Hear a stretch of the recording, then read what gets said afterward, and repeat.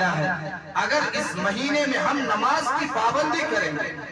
فرض نماز کی پابندی کرنا ہر حال میں ضروری ہے، لیکن اس کے ساتھ ساتھ نوافل بھی اگر پڑھے، تلاوت بھی کرے، ذکر و اذکار کرے، تو یہ ہمارے لیے فضیلت کی بات ہے، ثواب کی چیز ہے، تاکہ ہمارے لیے رمضان کی تیاری ابھی سے شروع ہو جائے۔ حالانکہ علماء نے لکھا ہے کہ ہر انسان کو یہ 10 منٹ وقت نکال کر سوچنا چاہیے، 10 منٹ نکال کر کسی وقت میں کچھ بھی نہ کرے، بلکہ اپنے سر کو نیچے کر کے سوچے کہ آج ہم نے کتنے نیک عمل کیے اور کتنے برے عمل کیے۔ یہ جب تنہائی ہو، وہاں کوئی نہ ہو، ہم اپنے دل سے پوچھیں کہ آج ہم نے کتنے اچھائی کا کام کیے اور کتنے ہم نے برائی کے کام کیے۔ حالانکہ ایک بڑے محدث ہیں عبداللہ ابن مسعود، یہ اتنے دیانتدار صحابی ہے کہ اسلام نہ لانے سے پہلے بھی یہ دیانتدار تھے، ان کے اندر ایمانداری تھا۔ ایک موقع پر آپ صلی اللہ علیہ وسلم اور حضرت ابو بکر صدیق رضی اللہ عنہ بکریاں چرا رہے تھے، اور یہ عبداللہ ابن مسعود اس دور میں ابھی نوجوان تھے، بچے تھے، یہ بھی بکریاں چرایا کرتے تھے۔ تو حضرت ابو بکر صدیق رضی اللہ عنہ نے کہا کہ تم ایک بکری کا دودھ کچھ نکال کر دو۔ اس شخص نے کہا کہ مجھے اس کی پرمیشن نہیں، اجازت نہیں، ہم نہیں دے سکتے۔ حالانکہ اس دور میں بھی اور ابھی بھی عرب میں یہ مشہور ہے کہ لوگ مہمانی کے طور پر اس کو مہمانی سمجھتے تھے۔ وہ لوگ دودھ کو پیش کرنا کوئی عیب کی چیز نہیں سمجھتے تھے، لیکن پھر بھی ابھی وہ ایمان میں داخل نہیں ہے، پھر بھی کہہ رہے ہیں کہ ہمارے آقا کا اجازت نہیں ہے، ہم دودھ نہیں دے سکتے۔ پھر آپ صلی اللہ علیہ وسلم کے ساتھی حضرت ابو بکر صدیق رضی اللہ عنہ نے کہا کہ چلو تم بکری کا دودھ نہیں دو گے، چلو وہ بکری لاؤ جو جس کا دودھ سوکھ گیا ہو، یا وہ بکری لاؤ جو ابھی تک دودھ نہیں دیتی ہو۔ تو ایک بکری پیش کیا گیا، وہ بکری دودھ نہیں دے رہی تھی۔ آپ صلی اللہ علیہ وسلم نے جب اس کے تھن میں ہاتھ لگایا تو دودھ سے تھن بھر گیا، اور دودھ نکالنے کے بعد آپ صلی اللہ علیہ وسلم نے بھی پیا اور حضرت ابو بکر صدیق رضی اللہ عنہ نے بھی پیا، اور اس کے بعد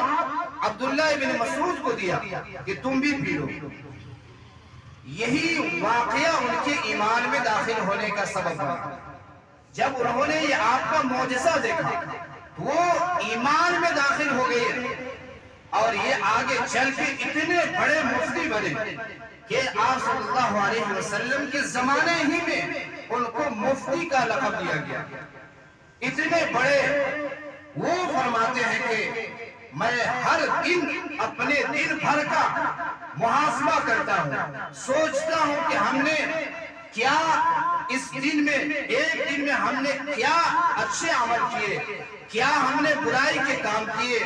اگر کوئی اچھا عمل نہیں کرتا ہوں تو مجھے اپنے اوپر بہت ہی افسوس ہے۔ لیکن آج کا مسلمان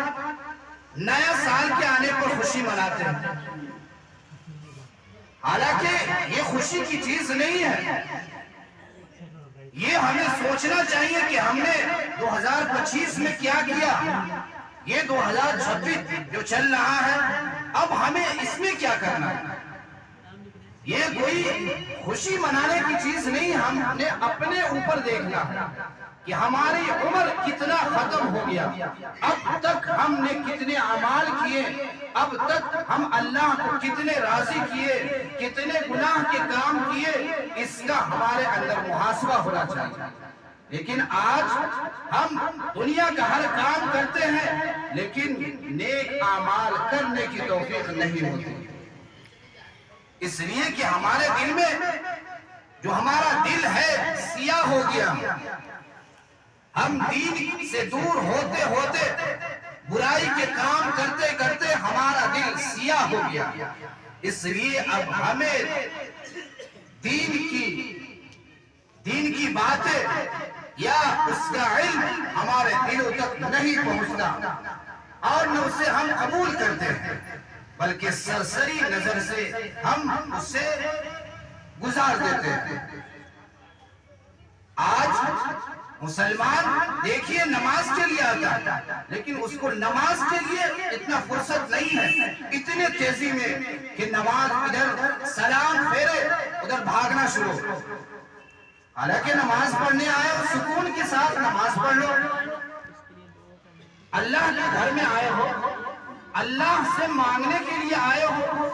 اور دل میں سکون نہیں ہے، دل گھبرا رہا ہے، ہم جیسے تیسے مسجد میں چلے آئے اور سکون کے ساتھ نماز نہیں پڑھا، بھاگنا شروع کر دیا۔ حالانکہ ہونا یہ چاہیے تھا۔ اسی طرح ایک واقعہ بھی ہے کہ ایک شخص نے کہا کہ ایک شخص سے کہا کہ چلو جلدی سے کھانا کھا لیتے ہیں، جلدی سے نماز پڑھ لیتے پھر آرام سے کھانا کھائیں، جلدی سے نماز پڑھ لیتے پھر آرام سے کھانا کھائیں۔ حالانکہ ہونا تو یہ چاہیے تھا کہ پہلے ہم کھانا جلدی سے کھا لیں پھر آرام سے نماز پڑھیں گے، لیکن یہاں نماز جلدی سے پڑھ لیں آرام سے کھانا کھائیں گے۔ تو جب اللہ کے دربار میں آئے